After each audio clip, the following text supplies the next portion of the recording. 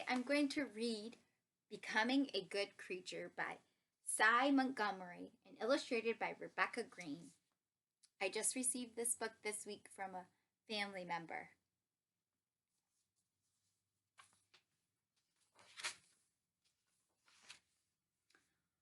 School is not the only place to find a teacher. Sometimes we meet teachers in the forest or in the barn or in the ocean or right in our own house. Some of my teachers have had 2 legs while others have had 4 or even 8, but all have taught me something important about how to be a good creature in the world. There are all these different creatures that we can learn from. What animal has 8 legs or arms? Find good teachers. When I was little, I wanted to be a dog. I wanted to run really fast and see in the dark. I wanted to understand the sounds of my neighborhood, both wild and tame. Because dogs run fast, they can see in the dark, and they can hear really well. There's a squeak, squeak. What makes that sound? A mouse. Bzzz. A bee. And a chirp, chirp, chirp. Chickadee-dee-dee-dee. A bird. But nobody could show me how until Molly. Molly was only a puppy when she came to live with us, but she was already gifted with special animal powers, so I watched her, I listened, and I learned that if we pay attention, the world outside beckons us. Even before I started school, Molly was my first teacher. I learn a lot from my animals. Discover your passions, your loves. When I grew up, I still hungered to learn about animals. In Australia, I met birds who stood almost as tall as I did. Emus can't fly, but they run like the wind. What were their lives like? I wanted to know. How did they live? Are they like me? So I moved to a tent in the wild to find out. For many months, I followed 3 emus and watched them like I had watched Molly. They showed me where they traveled and what they ate. And while I followed them, they also showed me my own path. I would go to places where animals lived. Each would be a new teacher, and I would write their stories. She went to Australia, a different country, and she studied these birds called emus. Her passion was to study animals. That's her love. Respect others. Next, I went to Africa, a different continent. There's many countries in Africa. To meet gorillas. I hiked in the mountains there for a long time. It was nothing like my home in New Hampshire, but I stopped to catch my breath. I saw a person running toward me. Why? Because a big gorilla was chasing him. But I didn't run. I crouched low and looked at the ground, as if bowing before a king.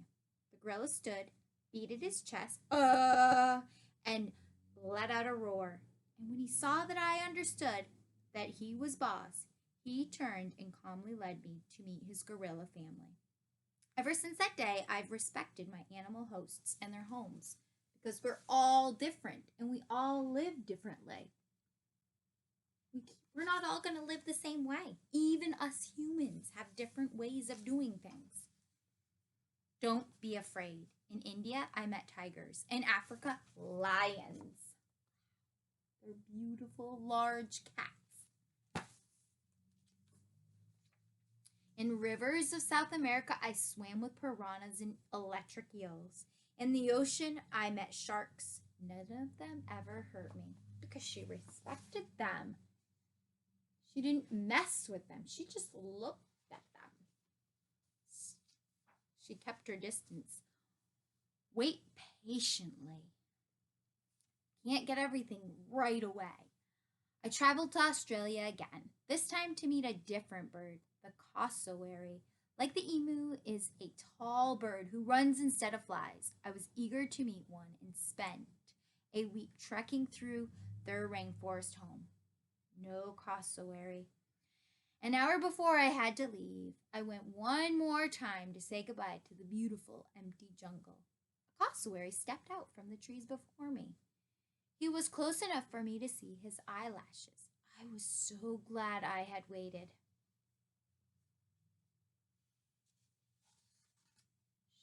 She was patient. I'll just wait a little longer and something might happen. Might not happen right away. We have to have patience. Things will come. Make your own family at home. Animals continued to teach me. My husband and I didn't plan on having babies, but soon a baby came to us. A baby pig. We named him Christopher Hogwood. 2 little girls and their mother moved in next door. They saw Chris in the backyard and came to visit every day. He was a very happy pig. We weren't all related, but Christopher showed us that it didn't matter. We became one big family. My husband, our border collie Tess, our hens, the 2 little girls and their mom, and one very happy pig.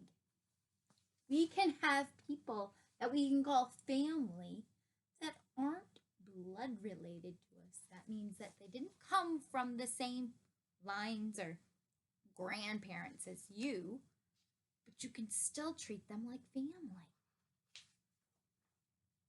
See for yourself.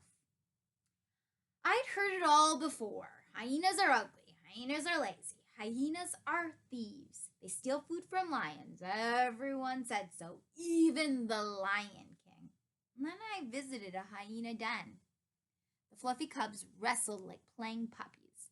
Mothers tenderly licked their babies, and they weren't stealing food from lions. More often, lions stole food from them. Hyenas reminded me that what everyone says is not always true. You've got to have a look for yourself. Don't believe everything you hear.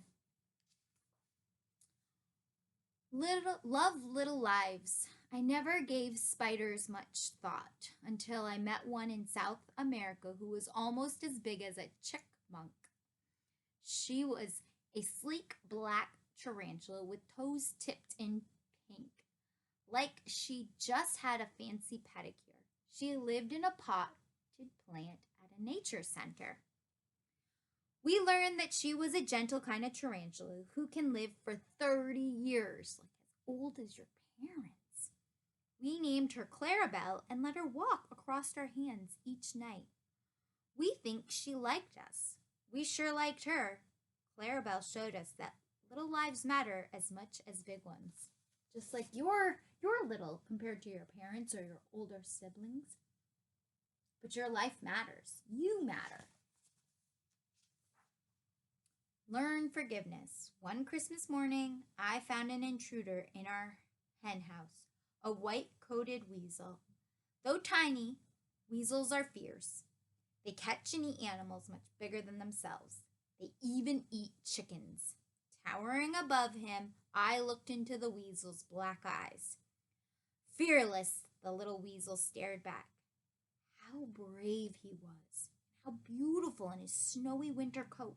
I was dazzled by his determination and couldn't be angry at his will to survive.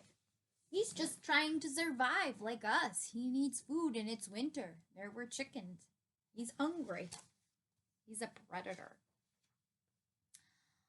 Find common ground.